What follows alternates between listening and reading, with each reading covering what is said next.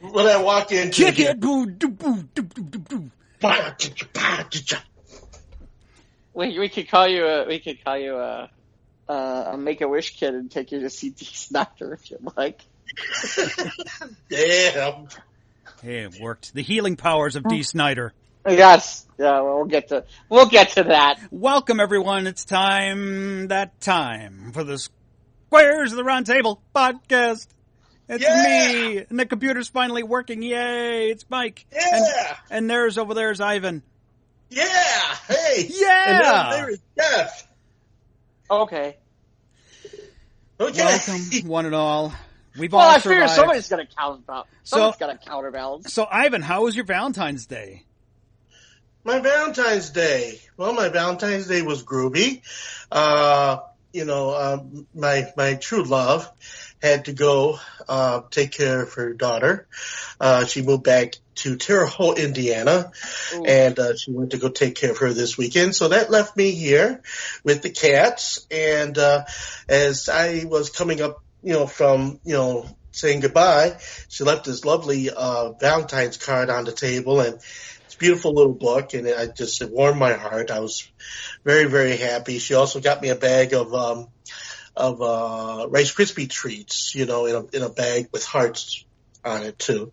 So that was cool. And I did my spinning wheel session, a new spinning wheel session, which the new spinning wheel has been awesome. Spinning wheel, the next generation. Oh my gosh, yes. I mean, night and day. It's been so cool. Really, everything's been so groovy on the site now, and I'm real happy about that. And I did my session. I did a sweet soul session, and all Chicago music, all Chicago soul.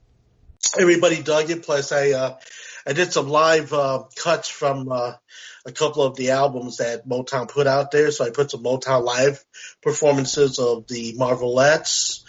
And the Supremes, Earl Van Dyke, and then I did a whole album. Oh, Dick's brother. Huh? Not Dick Van Dyke, Jeff. Oh, sorry.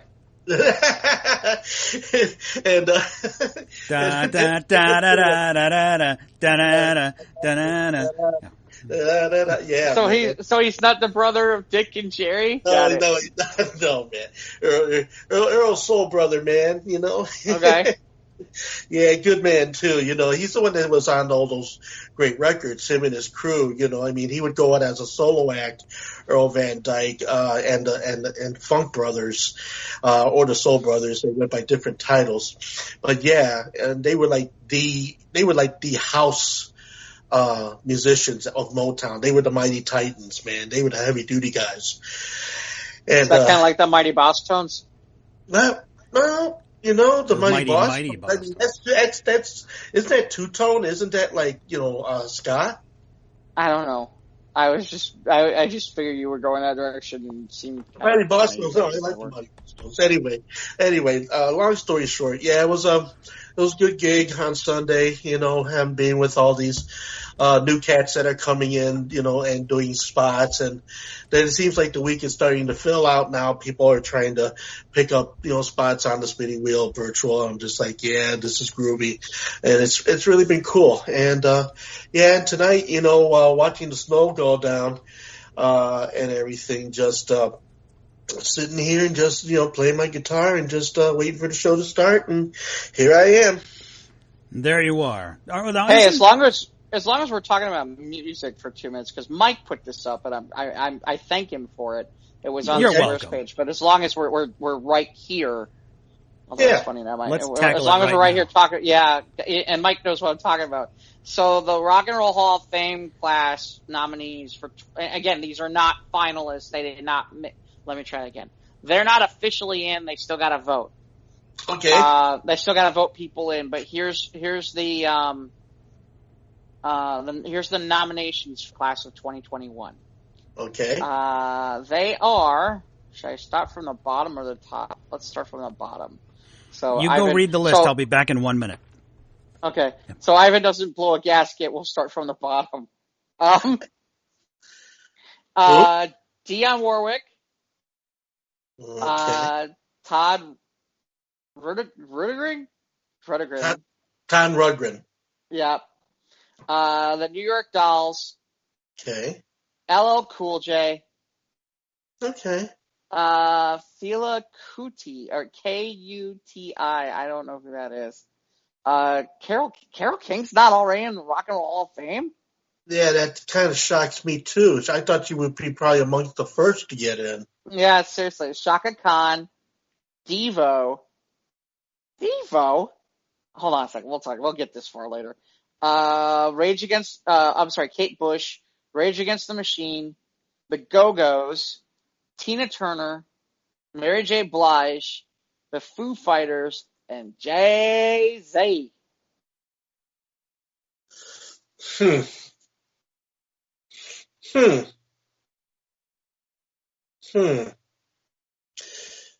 Okay.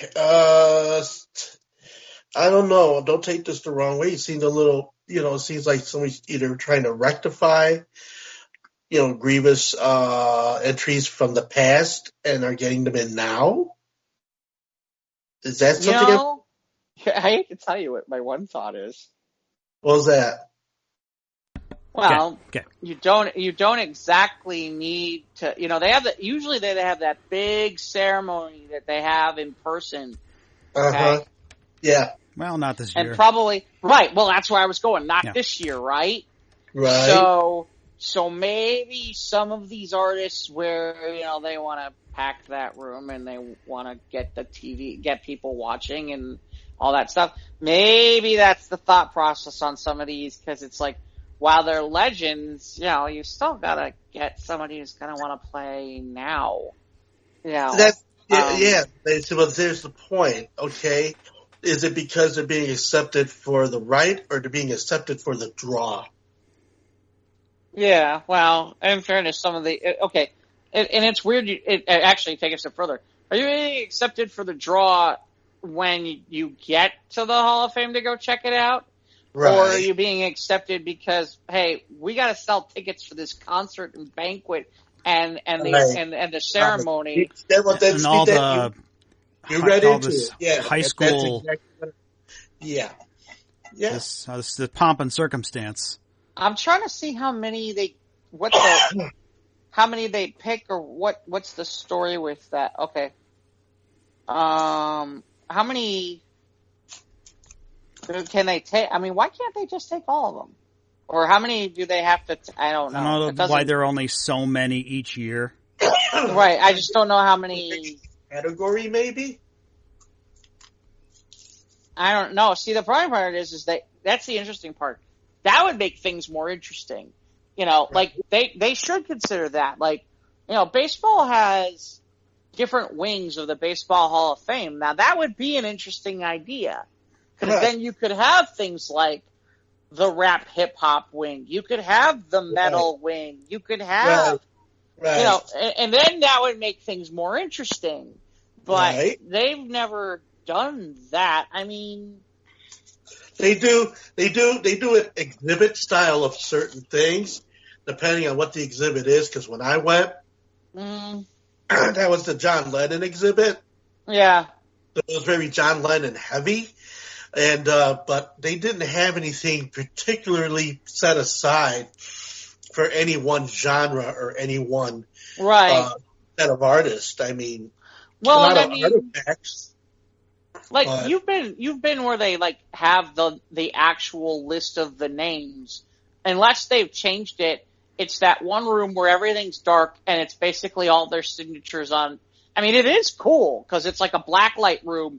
And it's all their signatures on like the wall, on the ceiling and on the wall and everything like that. And it is freaking cool. But it's like you'd expect more than, I don't know. I always expect more than that from these things. Well, yeah, me too. I mean, I enjoyed it when I could enjoy of it, but I felt there were a lot of elements missing. Well, I mean, I've come to the conclusion, like, having been to enough. Mike, have you ever been to Hall of Fames before? No. Okay. I haven't. Ivan, have you been to anything other than the Rock and Roll Hall of Fame, Ivan? No, I'm sorry. Okay. So, I've been to the Baseball Hall of Fame. I've been to the Hockey Hall of Fame. I've been to the Basketball Hall of Fame, and I've been to the Pro Football Hall of Fame. Okay? Okay. All the irony to all this stuff is, like they have okay, here's the list of nominees, and here's who's in this year, and blah, blah, and all that stuff. Okay? Right. With the exception of the NFL, the presentation of, okay, you're in, congratulations, you get stuff, we have the ceremony, you come up, you talk, blah, blah, blah, all that stuff. Okay? So then we're past that point, and you personally go, let's say me, you, and Ivan went to one of these Hall of Fames. Okay. If you went to the Baseball Hall of Fame, and I'll never forget this because I'm looking around, where's all the names with all the players and stuff? And suddenly, all from the gift shop, and it was funny because we walked through it. I'm you think where's the room with all the names and all the plaques and all this stuff? And it was a smaller room, at least if I remember correctly, a way smaller room than I ever imagined. And boy, I hate to say this, the room reminded me of a mausoleum. Okay. And when they said this, it's a room full of little nameplates with each one of these, and they're stacked one on top of the other. And they fill the walls of the room. So it's not like each one of them has their own. Not even a photograph. Well, they have the picture on the placard. How big are these placards? They're 8 by 10 or? Yeah, something they're not big. The other thing is it's not like they're spaced. They're really jammed one on top of the other, if you know what I mean. That's what I mean. A lot of people played the game. So. Well, I understand, but it's okay. Let's say you wanted to go see, I'm just using it as an example. Let's say I wanted to see, Andre Dawson. I'm oh my God, I want to see Andre Dawson's plaque, blah, blah, blah. And it's okay, I find Andre Dawson's plaque. It's not anything special other than, okay, it's just a plaque. And it's not standing out from any other plaque, if you know what I mean. The closest thing cool is the Football Hall of Fame, they do a bust of your head. And that's cool. And it's funny because they have them all around the entire, if I remember correctly, they have them all around the entire Hall of Fame that you can walk and see them. But they literally have a pillar with the head on the bust and all the information. That's the Rock and Roll Hall of Fame. It's the Rock and Roll Hall of Fame. You'd think it'd be something a lot cooler than, okay, we got their signatures, so we put it up in a black light room with stars. It's kind of cool, but at the same time, I'm that's it? Does it justify me coming a whole bunch of miles, blowing a ticket, just to see a bunch of stars, studded signatures in a room? It's a bunch of placards with a bunch of names. Nothing. Well, and I guess that's the report. Okay, imagine, the Go-Go. Here's a great example: the Go-Go's who for years should have been gotten in by now. Okay, they're finally in. Great, and we want you to sign your name, and they probably take the signature, and then they create what all that stuff, and they put it in there. Okay, honestly, when they walk in, it's got to be okay, that's it. I was one of the Go-Go's. It's I fought for this. Yeah. And you just it's a letdown. Yeah, and the loyal fans who have sent their name in year after year after year, this is your reward. Mm-hmm. Yeah, maybe you get a rug, maybe you get a keychain. I don't know. Maybe a key to the executive bathroom. I have no idea. 20% discount on all merchandise. Year. You get free every year to the ceremony that really. All right. Okay. So anyway, I guess here's the thing. Look, there's some names on here that off the top. There. Well, yeah. The irony is all of them really kind of deserve to be there. It's just a matter. Well, I take it back. But again, it goes back to what we started the conversation with. Are they there for the acceptance, or are they just there for the draw? Well, right. Well, okay, so Jay-Z is there because he's all the young people know Jay-Z and the Foo Fighters. Not as many people would know Dionne Warwick or Carole King. Right. Well, and they're there for name now, recognition. They're there to fill seats and sell tickets. And I'll say young this: people. say what you want about Jay-Z, and no. Let me finish where I was going. Say what you want about Jay-Z. That's great, but if he gets in before LL Cool J, that's bullshit. I agree. And if you want to stack up and say, well, Jay-Z made more money and blah, blah, blah. LL Cool J was doing it. Without LL Cool J, there ain't a Jay-Z. Right.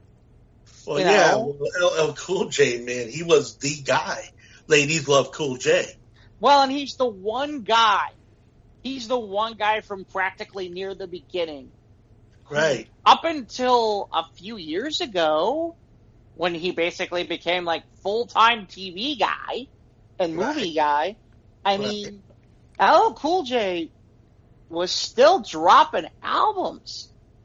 Right. It's only been a recent thing in the last maybe, 10, 15 years? Foo Fighters just putting out an album. Right, no, but I mean, I'm talking about from a rap perspective. Mm-hmm. I mean, nobody's got, I can't think of anybody who's got the longevity of a career. Speaking of Foo Fighters, you brought up a point there, Mike.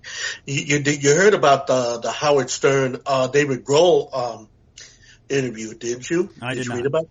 No. What's up with that, Ivan? Give us the skin. Yeah.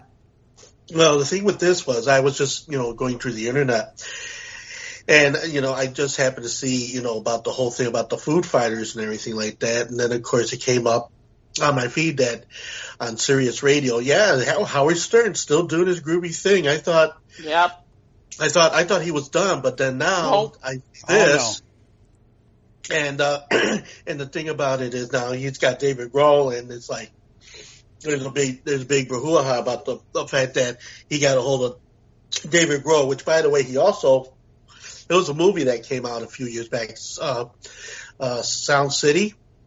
I bought the DVD about 5 or 6 years ago. No, I saw it on demand, so I found the DVD.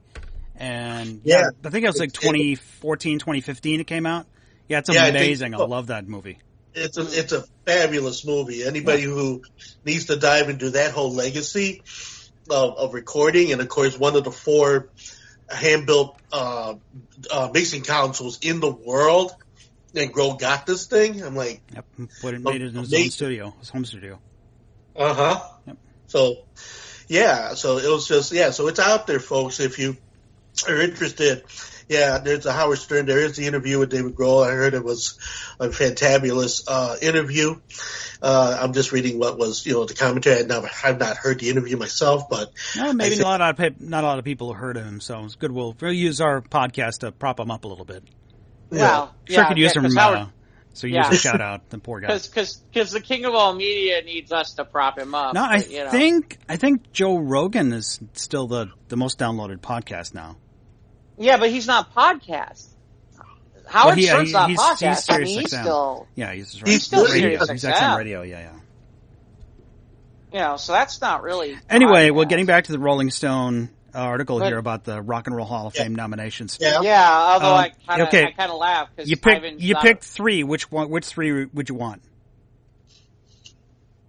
Which 3? Which 3 would you want? Oh man. Well, I mean, I thought Carole King was in a long time ago. Yeah, I did. I thought so too.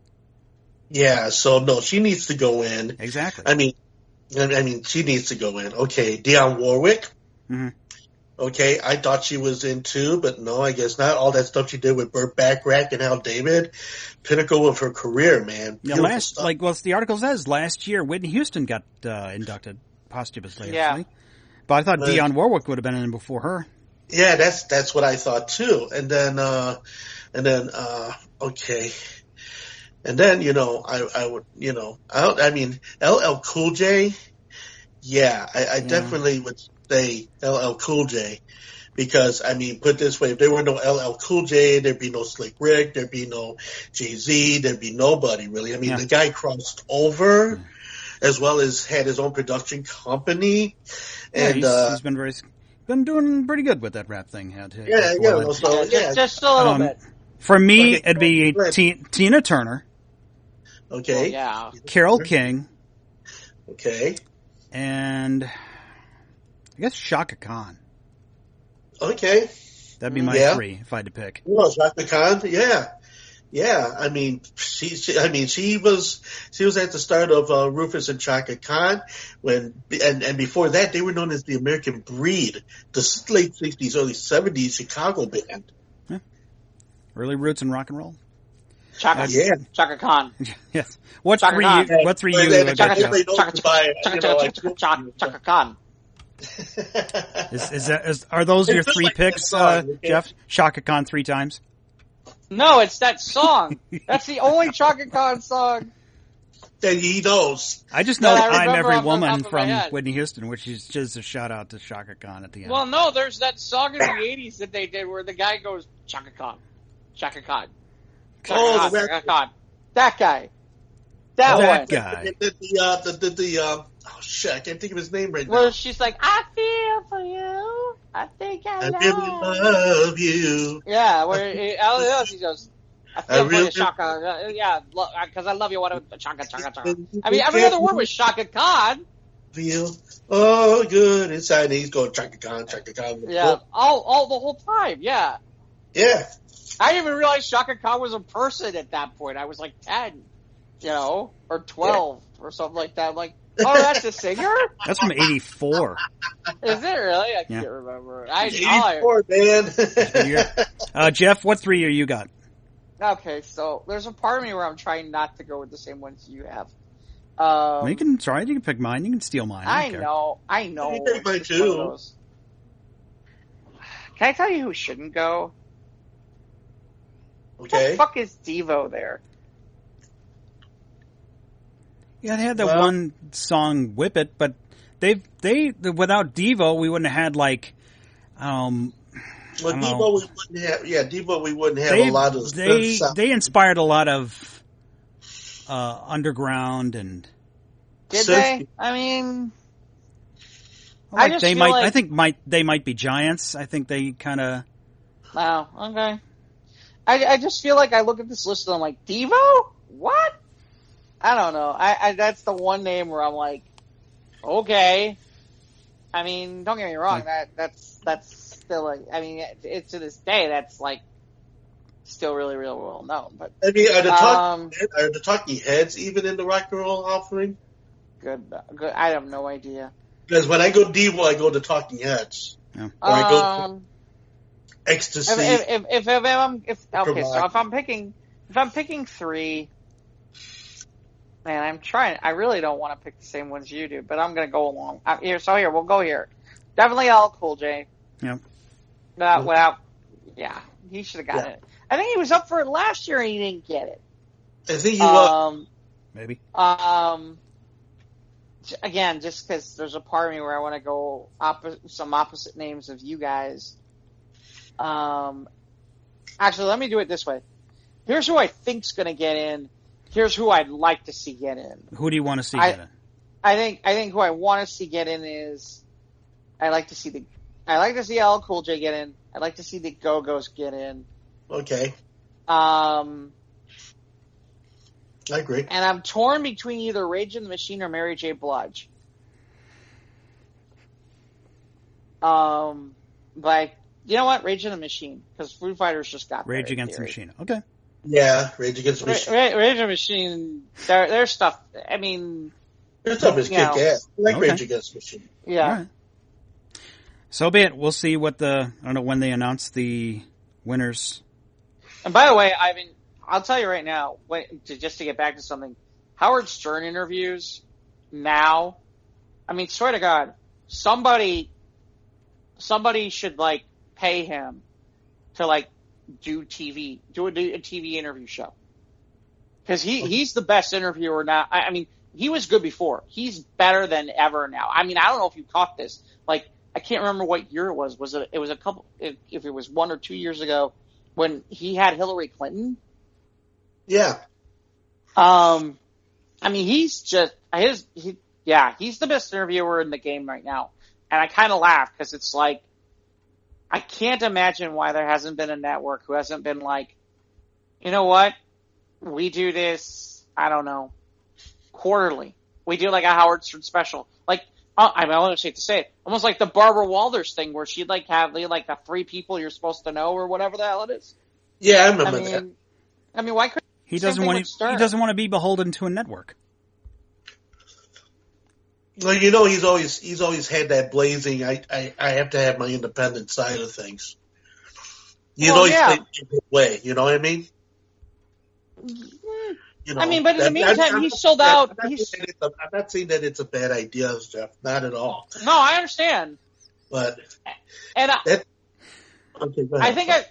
No, it's fine. I just think I would have bought that more if he didn't just spend. I mean, how many seasons was he on America's Got Talent? Okay, a few. I don't remember exactly. Where he was like, I mean, we're not. By the way, when we're saying America's Got Talent, we're not talking about like a network show that's like NBC, CBS, Fox, NBC.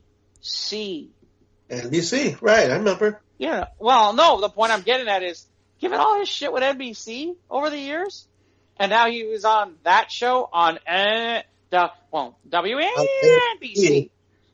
I saw Pig Vomit because today's President's Day, and they had one of the HBO channels had the John Adams miniseries on. Now all I can think of is Pig Vomit instead of John Adams. Howard, I do not approve that bit. God, that guy. I can't remember that guy's name off the top of my head. Paul Giamatti. Paul Giamatti. You know what? He should have gotten a supporting actor nod. I agree. For that role. He made the whole fucking movie. Yeah. Yeah, he was great in that. So anyway, how was your weekend, Jeff? Very, very karate-ish.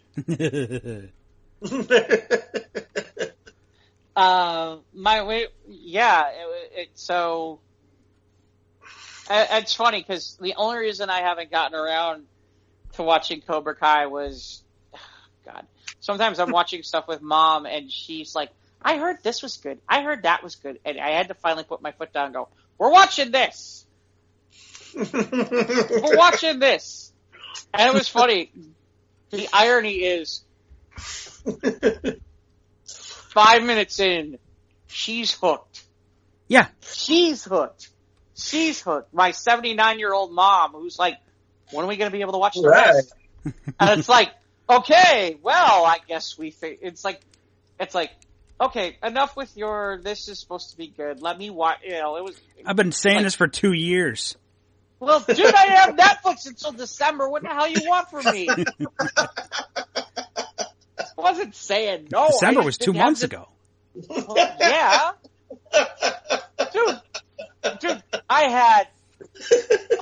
I get Amazon, Disney Plus, and Netflix all at once. What do you think's gonna happen? I mean, boom, the explosion of shit to watch just was like, my world like opened up like 5 times what it used to be. It's like the amount of stuff that I've watched in the last 2 months is just like insane. So, you're almost done with season 3? Well, as we're recording, I'm at the last episode of season 3. Oh man. So no, look, I had heard good things. I expected it to be good. I don't know that I expected it to be this good. I don't think I expected it to be this good. Yeah. If anyone said, 10 years ago saying, oh, Mike, you're going to love this Karate Kid series, I'm like, well, no. I don't even mean that. I mean, it's just, they keep it, it's crazy because it's like, they keep it simple, and yet there are so many layers to the entire thing. Yeah, shades of gray, man. well, not even shades of gray, just levels of complexity in what they're doing and how they're doing it in terms of how they're writing the show. This is how you good character writing, yeah. Not only good character writing, just I mean, I don't know who's writing the show. Okay, I mean, I know that they're all involved in producing. Yeah, William Zabka, who plays Johnny Lawrence, and of course Ralph Macchio, they're involved. They're producers, but I don't think they're involved heavily in the writing of the episodes. I don't know who's doing the writing, but whoever's doing the writing, they need to pay them a lot more money because this is top notch. This is top notch writing. I mean, this is like what they're doing in terms of their producing and how they're producing the show and how they're writing the show is. With all the the writers aren't getting paid enough for that show. I mean, I don't usually say stuff like this, but that's like Sorkin level work, Sorkin level writing. I mean, it's that kind of level to detail and whatnot. I enjoy the show. Here's my question to you, Mike. I mean, obviously it's weird because you have girls, and it's like. There's girls, and you're like kind of sitting there. It's like, okay, but I can't. I mean, they're young enough. It's like you're not thinking about it. So, I mean, I guess, but it's like obviously, I need a little bit more eye candy for my age group, my age bracket. If you understand. Daniel's mom's pretty hot. What? Yeah, she's a MILF. Or Daniel's wife. I'm sorry. I was gonna say, whoa, what are you talking about? No, I'm sorry. Daniel's mom. She's been in like 2 episodes. I think it's the same actress from Karate Kid 1. Yeah, it is. Yeah. No, Daniel's wife, and then the neighbor, Miguel's mother. And Miguel's mother's pretty hot too. Yeah, Mike tried to get me out with like a 70-year-old woman going, "Hey, baby." Yeah, Daniel's wife is and Miguel's mom. Yeah. Well, and there's obviously Elizabeth, and then Elizabeth Shue looking like. That looking still to this day. Yeah. Oh, Elizabeth Shue, man, she's awesome. Oh my God, that's if you've never seen Leaving Las Vegas, the only reason you need to see Leaving Las Vegas is the one scene. Is the one scene with her and Nicolas Cage where she's like, "Oh my." And I like what they did with the flashback scenes with Kreese. Yeah. Giving him some backstory from his times in Nam. Yeah. Do I really want to care about him, though? Yeah, you do. Well, you got to... There's a lot with Elizabeth Shue right now, man. Yeah, that's true. Yeah. That's true. It's not lying. There's a part where we're like, Shue. No, they can't afford her. Maybe they can. Oh. But okay, they kind of concluded. They kind of concluded her arc. I mean, she was in there. I think she brought Danny and Johnny together. Well, I haven't gotten that far yet. There's 1 episode left. Right. You can see where this is going. No, I thought they were gonna get into a fight. Okay, anyway. We'll see. Well, maybe they are. We'll see. Yeah. Thanks, Mike. Thanks, Mike. Okay, might as well just, not even bother with the last episode then. Never mind. No, I'll go watch it. I mean, I'm gonna watch it. He's busting your ass. Well, it's funny, the relationship between Danny and Johnny has been tenuous, obviously. But there are times where they find common ground. Then, of course, they trip over each other or whatever. The whole thing with Robbie, Johnny's son. Yeah. So... Yeah, I'm digging it. Right, well... I dig this show. I love it. Like I said, like I said, I'm curious, we'll see where things go at the end of all this with where it is, where it ends up in season... I obviously, like I said, I haven't seen the one final episode for season 3. But you binged, almost all 3 seasons in one weekend. One weekend, dude. Dude, wasn't even one weekend. We started Sunday at was it Sunday? No, it was Saturday. Yeah, actually, it was Saturday. Sunday. It was Saturday. Yeah, it was Saturday, Sunday, and then Monday. Yeah. Okay. It's one season per day. That's not bad, man. That's some power binging. It's not, but it's not that bad when it's I mean, hold a second. When you're talking about the episodes are at max, I mean, I think the longest one I've seen so far is like 40 minutes. I mean, they usually clock about 32, 35 minutes. Right. Well, and so it's not like, okay, if there was 10 episodes, it's 10 hours. It's not 10 hours. It's like maybe 3 tops. They're concise. Right. Well, that's what I mean. That's why I kind of laugh, because it's like, I mean, same thing with Mandalorian. Mandalorian's like that too. It's like, okay, they're kind of short episodes. You could binge all of them in a night. It's no different than if you watched a movie. And you could pretty much binge almost the entire thing. Mm-hmm. You know? I mean, it's no different than, shoot, in some ways, you want a good laugh? What's longer, Cobra Kai or the upcoming Snyder cut? The upcoming Snyder cut. Yeah. Yeah. No, I mean, that's the only reason I'll bring it up is because freaking Cobra Kai is only 4.5, well, maybe a little over 4.5. It can't be 5. Yeah, it's nice that they dropped the seasons all at once too. So yeah, I mean, but the whole season can't be more than 5 hours. I don't think so. Is it either 8 or 10? 8 episodes per season or 10? No, it's 10. It's 10. So even if you're figuring 1/2 hours, you're talking about 2.5 hours, and you know that some of them are running long. Mm-hmm. So at max, it's 300 minutes. That's 5 hours. Yeah, 4 or 5 hours. Yeah. I mean, like I said, I think around, no one's ever gonna let you down. Yeah, I'm glad. Yeah, let's be glad I didn't bring that back. I'm glad you're liking it, Jeff. Welcome to the club. I'm enjoying it. No mercy. Yeah, well, I'm surprised that was the name that they went with for Johnny's dojo, though. Eagle Fang. Yeah, Eagles have no fangs. That's because he's a clod. He's awesome. I love Johnny. I understand. Relic of the '80s, man. I just thought because it seemed like it was so obvious that the name of it would be, because everybody just sort of says, the way of the fist. I thought it'd be Way of the Fist Dojo. I really did. I thought that's where they would end up going. It's like, because he has to make his own dojo because Kreese has Cobra Kai. So it's like, why don't we just make Cobra Kai with 2 Ks? And then Miguel's like, you mean Cobra Kai Karate? You mean KKK? And Johnny's like, oh yeah, I'll get to that. Oh, no, scratch that.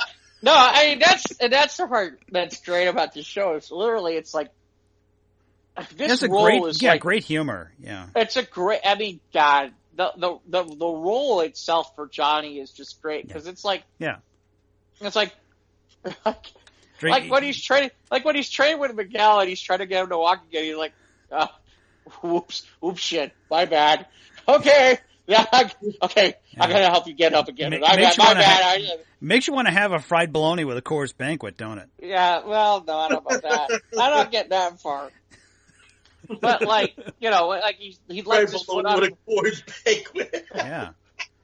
It's like he lights his foot on fire, thinking that is gonna work, and wait, oops, my bad. That kind of stuff where it's like, dude, I understand what it's like.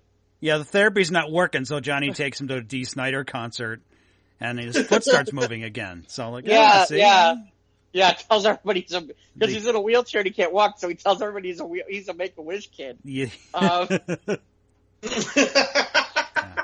It's awesome. I'm loving it. The only thing that bummed me about that was I thought he'd get some out of that, because Dee Snider makes a comment. It's like, hey, help that kid out there. And it's like, I was waiting for him to get girls and stuff, but they didn't go there, so I was a little surprised. Yeah. But no, he's. It's a great show. Love it. Wow. No, like I said. You hear me, Ivan? I hear you. Netflix, Ivan? Huh? Netflix. Seriously. I will say this, Ivan. It's an easy watch. It's not something where sometimes you're like, sometimes you're like, okay, what time is this over, or what time is it end? Okay. How long are we in this episode? Yeah. It's not like that at all. I was hooked from the first episode. I was hooked when they have the fight outside the convenience store, and the homeless lady's eating the pizza. I was like, I'm hooked. I love this show. I love it. You know, we haven't seen her in a couple. No, she does show back. Yeah, she's a recurring role. It's awesome for her. Like the one time where she's using the sign as like a visor over, like a roof over her head. That's hysterical. That she wants Johnny to use. By the way, that's the problem I had with season 3, is I liked Aisha, and I was Sam's friend. Yeah. Yeah. She didn't come back. Gone. I don't know why she didn't come back. Yeah, I don't know if they wrote her out or what. And by the way, the brother shows up out of nowhere having that kid. Like, what? Where has this kid been? In the basement? Yeah. Well, supposedly he was at camp. What kind of camp? Like the camp, like the camp with the 3 Ks. I mean,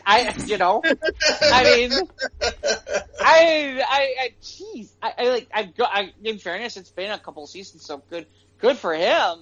But I was just like, wait, is that the same kid, or did they replace him with like a? No, it's the same kid. He just grew long hair or something like that. Well, and it's weird because it's like, and they say absolutely nothing about the fact that the kid's like in total. By the way, I'm convinced that kid's going to end up in Johnny's dojo. You see, I am convinced, Mike, that he's going to.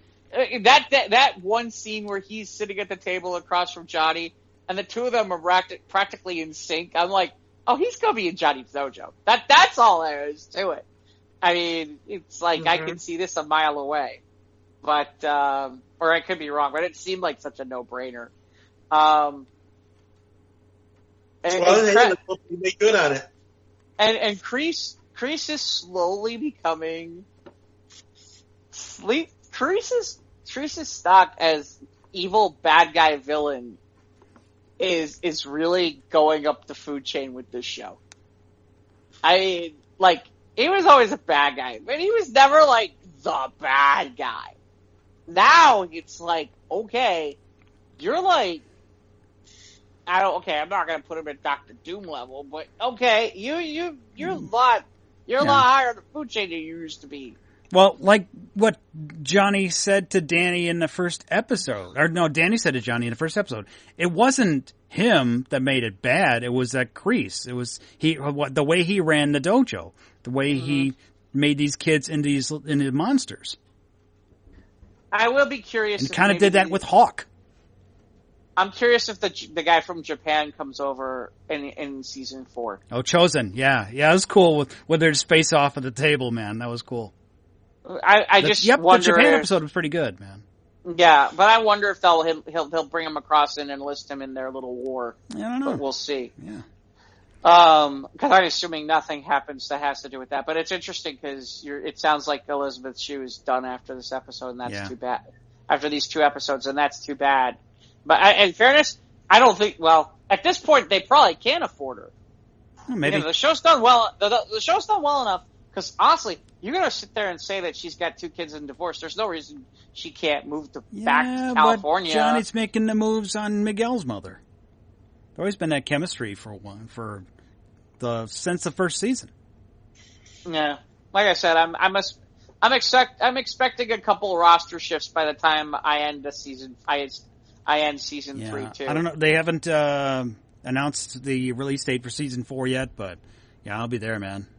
But yeah, and I will say this: the one thing I thought was interesting was in season 2 that it was really clear that it was like there were certain fights they were saving all the way to like the end of the season. I mean, you could tell that they were like set. Yeah, and that's the only thing. So, it was going to come to a head eventually. Yeah, I mean that episode's incredible.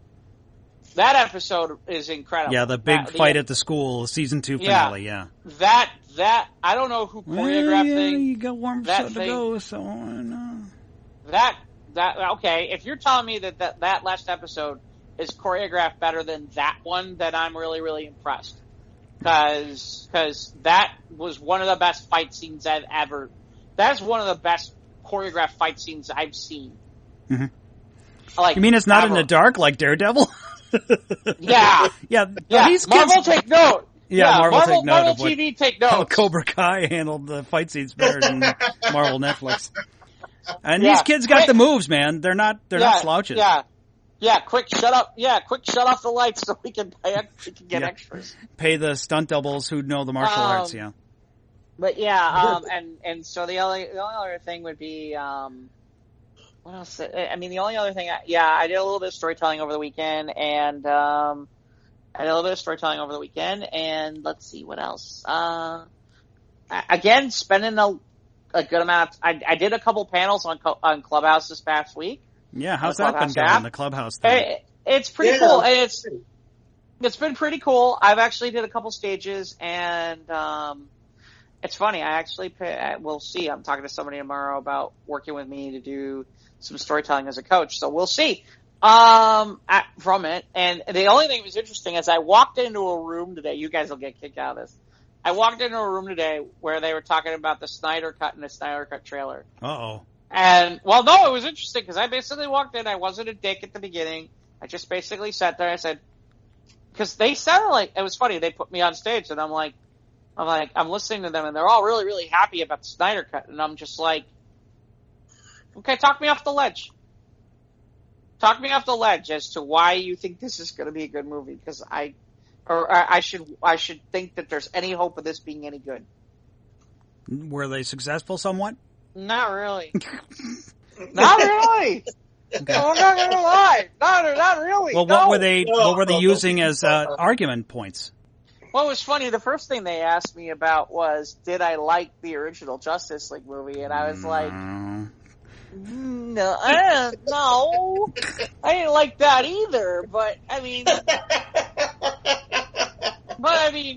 that was, look, that is a hodgepodge mess too. I mean, I'm not saying that movie was better than what, I don't know. Like I said, they seem to be very, very more excited about this, about that Zack Snyder's gonna have a full story and he's gonna finish his vision. You know, how can I say, the cult speak of Zack Snyder.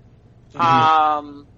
And although with the removal of all the Whedon type things, you know. Yeah. Well, and the other thing that was interesting too, because somehow, of course, we devolve into other conversations. And one of the conversations we're talking about was Wonder Woman 84, and a lot of people in the room didn't like Wonder Woman 84. Yeah. And it was funny because they were complaining about how it was too long. I'm like, now wait a minute. Wonder Woman 84 was 2 hours and 20 minutes. You're complaining about how long it was. Okay? Mm-hmm. Zack Snyder's Justice League is 4 hours. And right away they all went into defense mode. They all went into defense mode. It's not the same.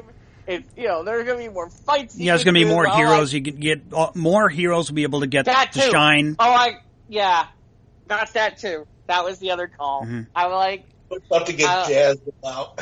It was funny because as soon as I said it, they all jumped on defense mode. I'm like, okay. So long as they didn't turn on you, they didn't. You're a troll. You just don't know what you're talking about. No. They were civil. No, if anything, I might have converted one or two of them to my side. All right. So it was funny, but it was kind of surprising because it was like, a lot of people I talk to, it's like Snyder Cut. Oh Jesus Christ! When will that guy shut up and go away? Like, when will that guy shut up and go away? When will this be over?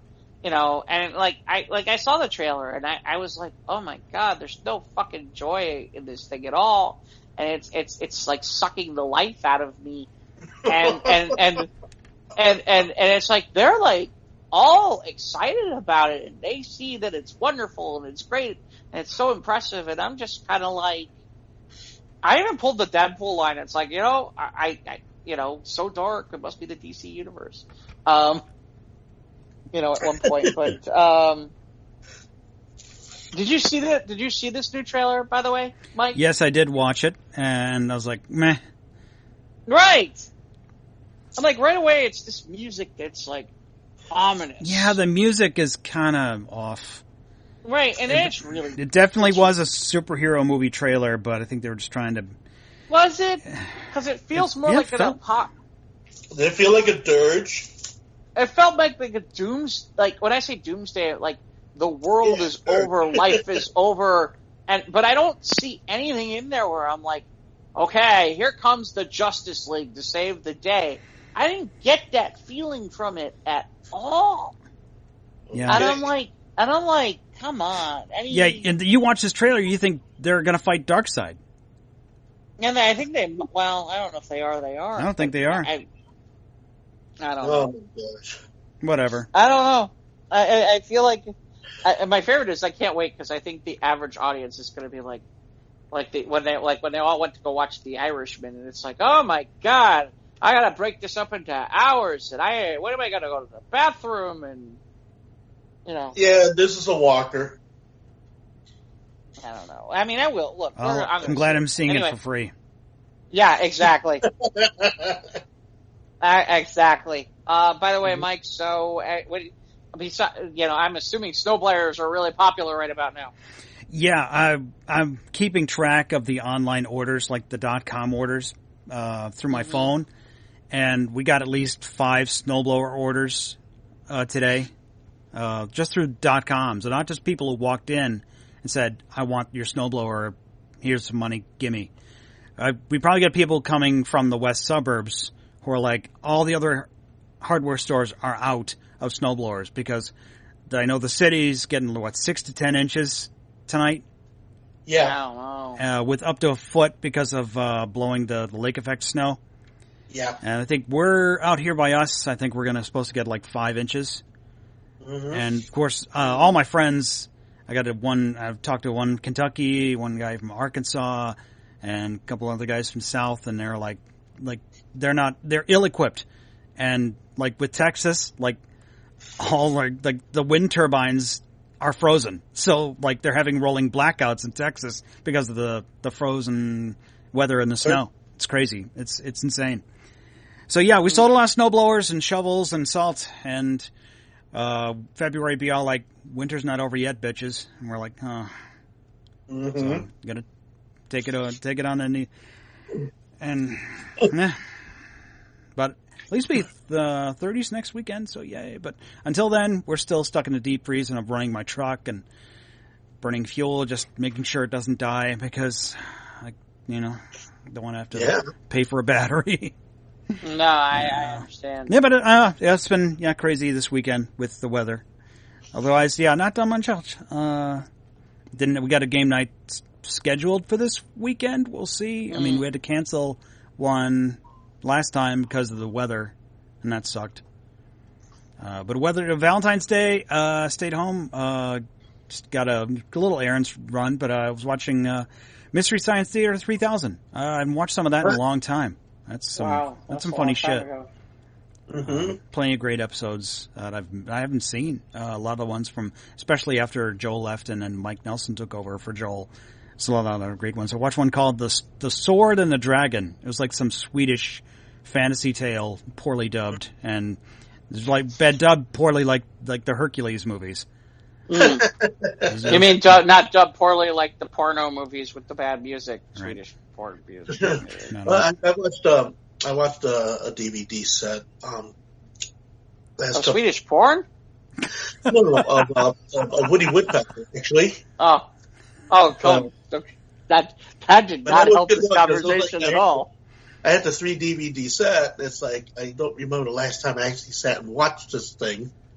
So I set it all up and found out a few things about Walter Lantz and his animated style. That was really cool.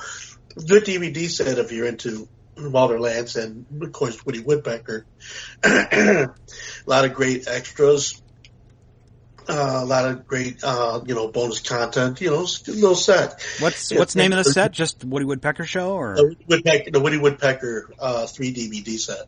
Okay. And it's got Andy Panda, Chili Willy, and the 5 Oswald, last of the Oswald series of cartoons that Disney lost to Universal. No Droopy?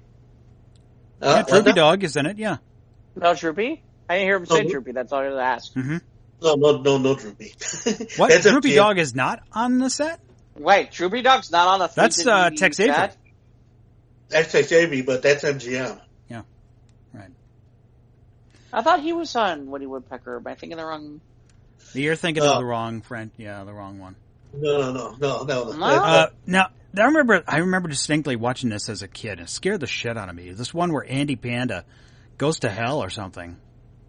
What? Oh yeah, you talking about the devil with the devil with the white dress on? Yeah, or something like that. Yeah, where he's like, that's scary, man. Okay, I don't remember this one. That kind of scarred me a little bit as a kid. Well, it was the devil with the white gown on, and it was a swing symphony. That's what that was called, and basically, was like a hit of the day. During World War II, a lot of these films went overseas, so a lot of this was directed at adult content, and it was pretty heavy duty and didn't translate well to the kids for a long time. Yeah. So okay, that's cool. Eating all them green apples. He thought they the green apples. That's it. The fucking green apples. That's what it was, man. I remember those. He told the devil says, go on in, take a couple. Nobody's gonna see ya. Who's gonna see ya? Yeah. And he goes, man, these apples are green. And so he's spraying the apples red, and he's handing them over to him, and he's and it makes him sick. Yeah, right. Makes him sick. Yeah, that's creepy, man. Yeah, flattened him out, and then next thing you know, he took his spirit for a walk and shit. Yeah. No, weird. Yeah, I just thought that was in the set. I did see that. Yeah. Oh, cool. Wow. But no, I've not been up to anything this weekend. But I had made it through Valentine's. I was going to stop on the way home because of but the weather was turning bad and was going to start snowing any minute. So I was going to stop at Walgreens on the way home and see if I get some half off Valentine's candy. But no, I decided against it. Yeah. So. Yeah. I was on here around times. I was just doing the spinning wheel. A lot of love songs, a lot of really nice things. The guys wanted me to keep it upbeat, so I did. I brought the real, grinding, hardcore, hard soul out of the boxes and things like that. Did some a lot of Chicago stuff. Yeah, everybody was into it. They were wigging out. And the Brits, they do love our music, And it was so that's what I did for my Valentine's Day. And after that, just had myself a nice bowl of Zebra Krispies, and I watched the Saturday morning cartoons #1 by Warner Brothers. Did you have a bowl of something else too? Well, yeah, I did that too. Okay. Yeah, So it's just I need one of those gigantic Mondo bowls for the cereal. Well, I use a Baker bowl. Whoa! And I put the Rice Krispies, the Cocoa Krispies together, and I mixed them up. I make Zebra Krispies. I do the like soggy or crunchy? I only put just enough milk to make them where they're kind of in between, where they're not real soggy, but they still got a snap to them. So moist, I think the word is. Mm. Oh, don't say that word. Okay. Part of this moist breakfast. Sometimes people have problems with that word. Moist. I don't know why. I think we got our title this week. Moist. Moist breakfast. Really? No, but moist. I'm just trying to figure this out. I mean, okay, all right. I like the milk in the cereal, like to the point where it just starts to float, and then you got to eat it real fast, otherwise it starts to get soggy. Exactly. Yeah. That's what I mean. When you get to that, you got to go to town before it gets too soggy on you, too moist. Oh baby, true. Oh, come on, man. Yeah. I'm trying to protect the few listeners we have. Come on, man, stop it. We have a few? Wow. You? I know. I was trying to be nice, but yeah, okay. Okay, well, it's funny because did you have something going on? I don't know. It was a dialogue with somebody about that very word and how you didn't care for that word. Oh, me? Oh, I don't care either way. I just think it's funny because certain people really can't stand that word.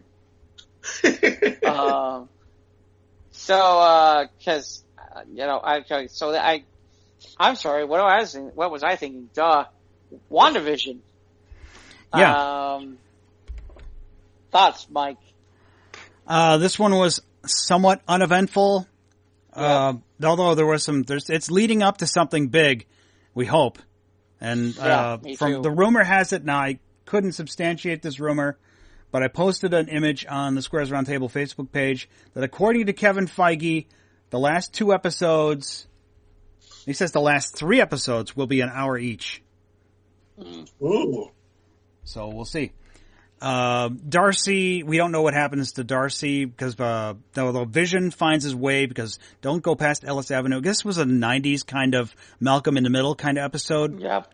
That was the vibe. And it's a Halloween episode too. So like she responds to Vision saying, "Why are there no children in Westview?" And now they have a Halloween episode. There's kids everywhere. And her brother, I think, kind of has his memories. The new Quicksilver. And now the kids, their sons have powers, and Vision he lied about being on the neighborhood watch, and he's made his way to the edge of town, and makes his way out, and I saw an image, I saw a picture somebody posted about, because he's trying to get out, and he's starting to disintegrate, and so the sword guys outside the town can see that he's trying to escape. And he's kind of like disintegrating as he's trying to escape the realm. And he posts, I saw someone post this saying that and he's on the ground and he's like, he's like partially kind of like, still trapped inside the hex or whatever. He says, while dying, he still said to help others. Wow. And they show the scene where Ultron, where he's holding the hammer for Thor, and he said that's why he was always worthy. So that was cool, man. Yeah, Vision is kicking ass and getting to the bottom of this, and you can see they runs into the neighbor, their wacky neighbor friend, and she's stuck, and it's like I don't know if they're reaching. The people are reaching are at the end or her influence or whatever, and they're kind of stuck, and we see the scene we finally from the I think one of the first trailers we got saying where he kind of snaps her out of it, and she's like, "Am I dead?" He said, "No, you're not dead. Why would you say that?" And she said, "Because you are." And it's kind of that was awesome. So we see more of this stuff, and of course the douchebag leader of the Sword group is still want to send soldiers in, and is only making the problem worse. And the Wu and Darcy and Monica are the voice of reason. They're not getting listened to. I think the scene where they knock out the soldier, you're off the base, and so they knock out the soldiers. That was kind of lame, but they had to find a means of them to make their way around unfettered. So now they go in, and now her influence is increasing. She's like expanding, and then the Sword agents are turning into part of the circus, part of the act. We don't know what happens to Darcy. We'll find out next week, but yeah, some big shit happening. So, and the other thing is, a couple other things. Obviously, one, they're all wearing. This is the first episode where they're all wearing what normally constitutes what they might normally wear in the comics. Right. So Vision looks like Vision in the comic books. Wanda's wearing a Scarlet Witch outfit, which they all explain away as other things. Yeah. Even Pietro is wearing the old school Quicksilver outfit, and then her one son is wearing it too. So, I mean, it's the only time we're going to probably see those outfits and them wearing them in Marvel. But it's a nod there. And then, it seems as though, the thing I think that where I got a little bit disappointed with this episode was a couple of places. One, it seems as though we're going to, the reason why Monica is going to end up with powers is because she keeps going back and forth through the barrier. That might be a part of the reason why, but I think it's kind of... Well, I was expecting a little bit more, and I was expecting some more backstory that would come, and Captain Marvel 2 to some of it.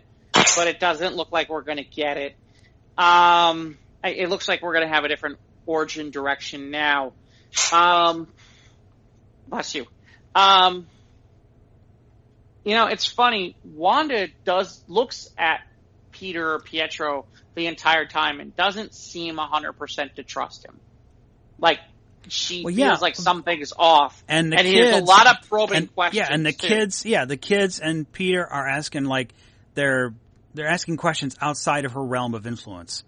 Saying, where's your accent? Well, yeah, where's yours? And stuff like that. Mm-hmm. They're aware of what's going on, and they're trying to... they're not just totally slaves to this whole environment that she's created.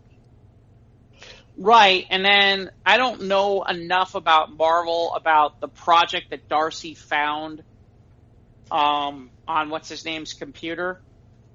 I don't know what that is. Yeah. Maybe better Marvel fans know than I do. I guess we're gonna find out next episode who this aerospace engineer is.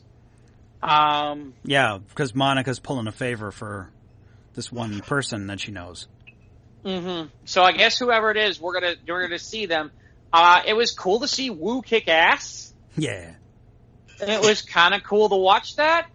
I was like, you go, Wu. Go get him, boy. He's still a trained FBI guy. I mean, I understand, but he's been played off as so not that guy. And then, okay, we finally give him a moment to shine. And great. He's got some skills. Yeah. Well, not some. He's got quite a few skills. Yeah. But yeah. He's got It was funny. I had an idea for someone off the beaten path for who they're going to meet, and I can't remember who it was now. Yeah, like I said, I think the biggest disappointment that I had in all of this is, they gave us this big surprise at the end of episode 5 with Quicksilver, and it being the guy who's from the X-Men movies that were from Fox. Yeah, and now it just turns out it just might just be some guy. Well, or there's not nearly what it could be to this. And so as a result, it turns, it suddenly it's like, okay, it's just, you did it and you thought it would be cute. When really in reality, it's like, you could have, there's a lot of things you could have done from that point and opened certain doors and whatnot. And it's like, I don't know. Well, we'll see. We still got a few episodes to go. What, 2 more? 2 more? Well, it depends. It depends who you talk to. Some people say it's only 8 episodes. Some people say it's 9. Well, I still haven't fully gotten a full I haven't been able to really figure it out one way or the other. I was under the impression it's 9. Some people say 8. Well, it's cool where we don't know where it ends. So that's interesting. I think the only interesting thing to me is, and I'll say this now, I don't expect a second season.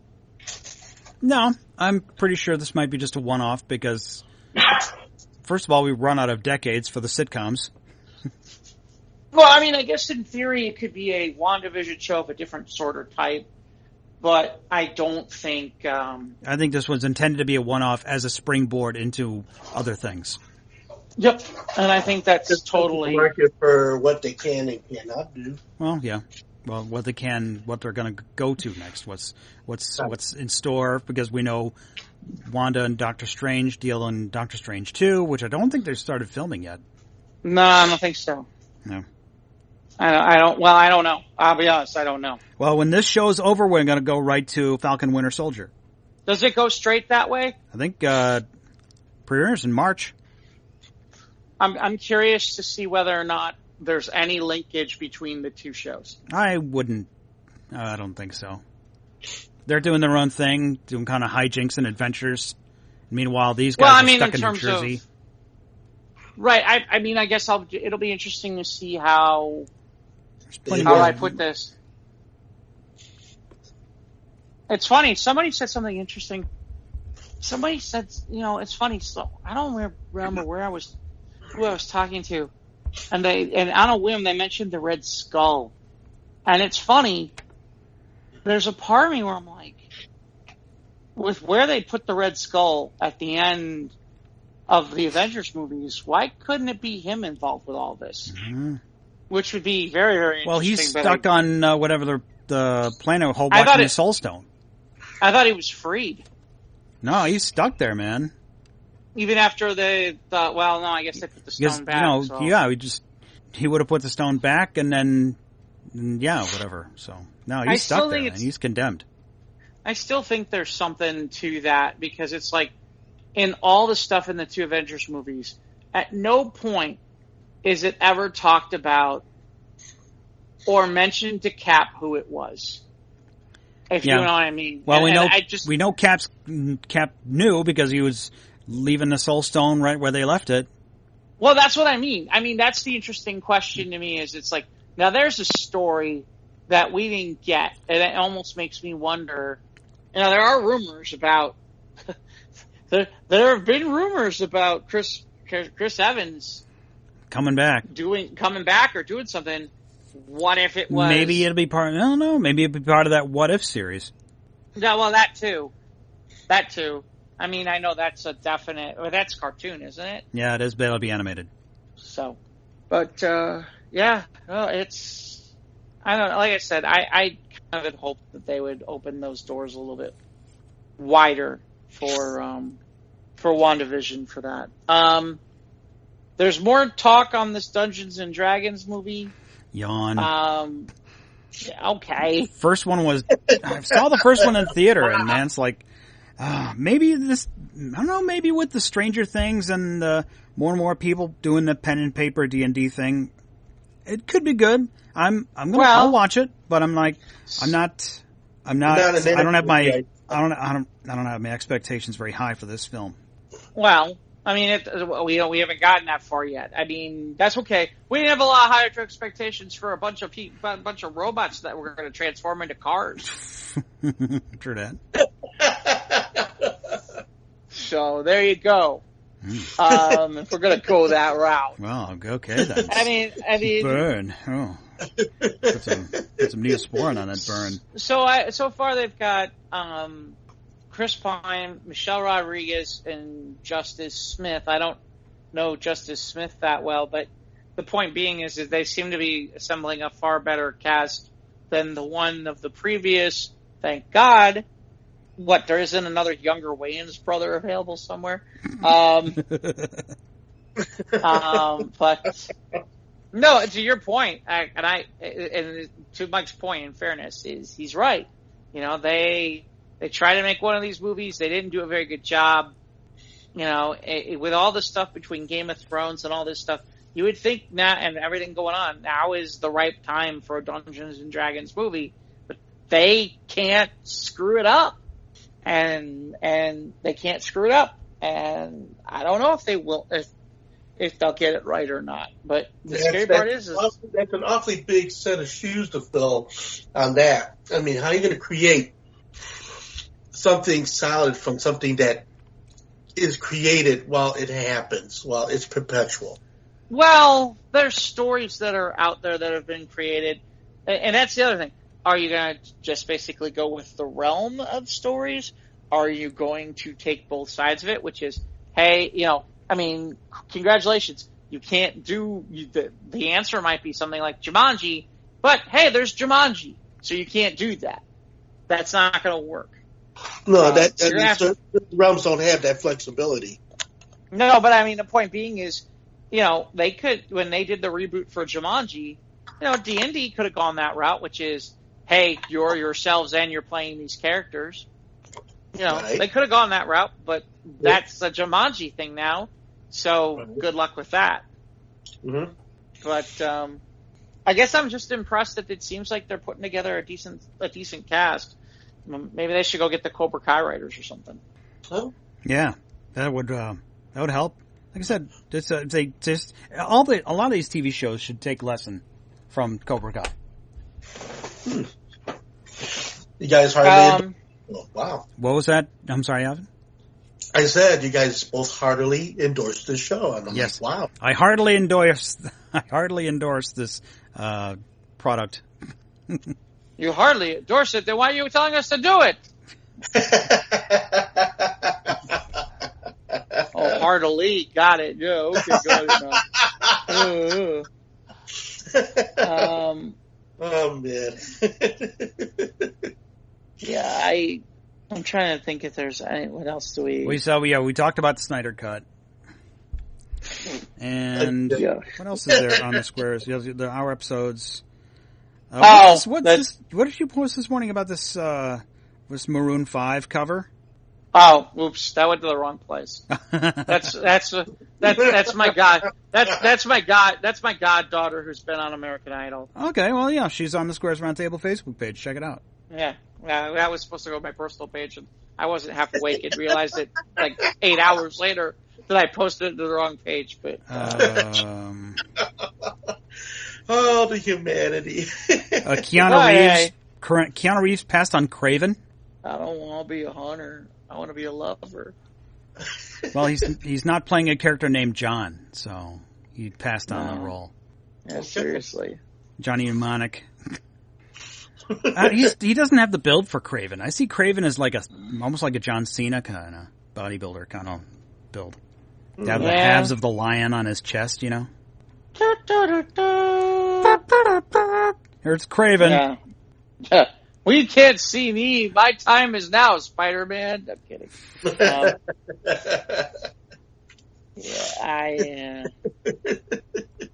then apparently, Mike is good news for Mike. They're still going to make sure that they're going to release Black Widow in the theater and not on Disney Plus. Like everybody else is gonna. But no one's going to the theater. No. They're gonna deep six that movie even before it gets out here. Like I said, I've said this before. You feel sorry for ScarJo. Well, it's just here's the problem. We're go ahead. I'm sorry. Go ahead. I'm sorry. Well, no, it's just funny because it's like the problem is like all of Hollywood is bagging all over Warner Brothers about what they did with the HBO Max. Meanwhile, it's working for them. I mean, it is working for them. They've got new movies that they've got new movies and new content that they're constantly promoting on their app, and people are coming and checking it out, which, you know, in the middle of a pandemic, it's better than nothing. You know, that's not to say they're not releasing stuff. I don't know why Disney keeps insisting on not going that route. Fully digital, or at least partially. But Black Widow's, well, according to this article from Variety, it's currently scheduled to open theatrically on May 7th. Yeah, good luck. That was supposed to be a year, May 7th, May of last year. I think it was May 4th or something like that. It was like it was the weekend before Mother's Day. I don't remember. But anyway, or if it will be delayed until the box office is less impaired. Marvel movies typically carry production budgets around $200 million, which makes it virtually impossible to turn a profit at a time when hardly anyone is going to the movies. Not happening. Well, that's what we keep. I mean, that's the problem. We keep saying not happening, and they keep on. I mean, that's the thing. Yeah. Yeah, they keep on insisting. Well, they kept delaying, and now here we are a year later. Well, they want to make that sweet box office money. Right. Well, and meanwhile, I mean, like we said earlier, I mean, there's only one company that has gone. Yeah, they're in some ways they're technically going to lose money from what they're doing and how they're doing it, but they see long-term benefit for what they're doing and how they're doing it versus the rest of them who are like, oh no, we're not going to do that and release it on a streaming service like that, blah, blah, blah, blah, blah. And it's like, this is just dumb. Well, it almost makes me think they're going for the highest bidder situation in this end. No, they're just waiting to find an avenue so they can recoup their losses on how they made this film. Right. Yeah. They're just still playing the waiting game. And so, Matt, you're talking years to reach something to get back to that particular sum of money. Mm-hmm. Not going to happen immediately, if at all. Well, I think maybe I'd say if they just went the route they did with Mulan and just charged $30. Yeah, but how many people jumped on that? Yeah, the thing. We don't know how many people paid to see Mulan.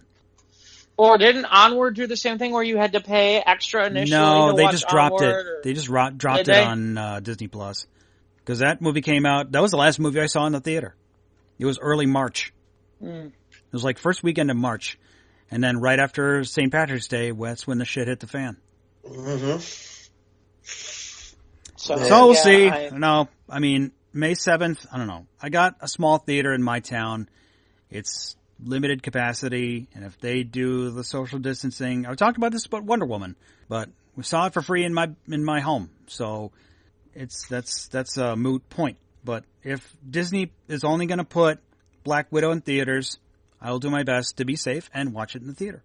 I won't go to the big theater. I'll go to my little one in town if it's playing there, or if I can see it in the drive-in, because it'll be early May. It might be a little cold at night, but maybe it'll play at my drive-in theater. Mm-hmm. I'd go that way. We'll see. Yeah, that's where we're at right now. It's like I don't know. I just don't. Boy, the money must be good, or it's. I can't imagine they can keep holding this level of inventory of movies on top of other movies that are needing to be made and built. Gesundheit. It doesn't make any sense. You okay, man? You've been sneezing all night.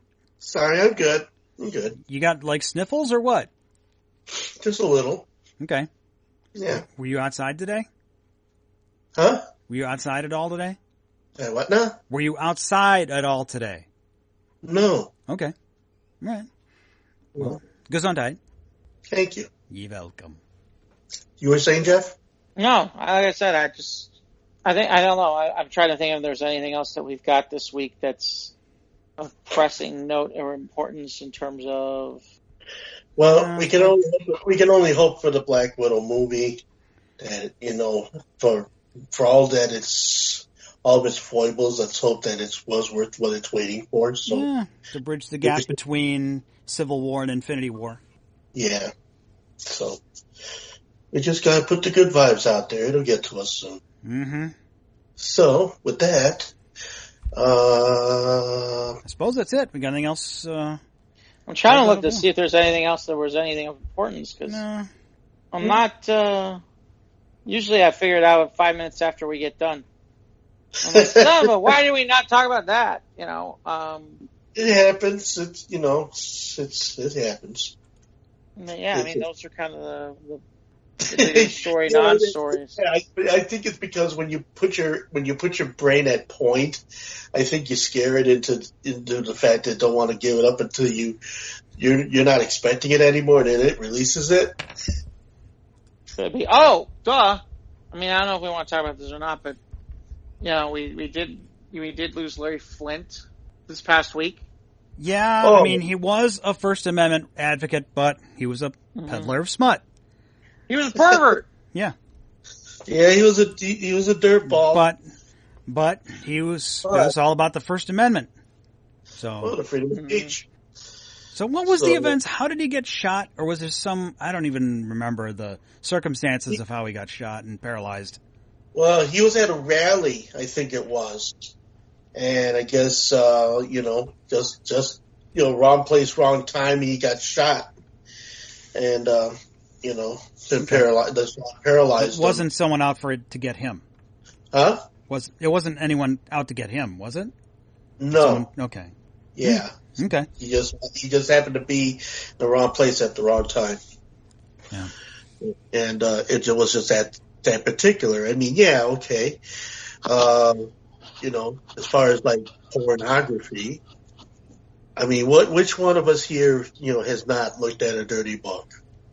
Okay, and kids would be like, what do you mean they're books? They're online.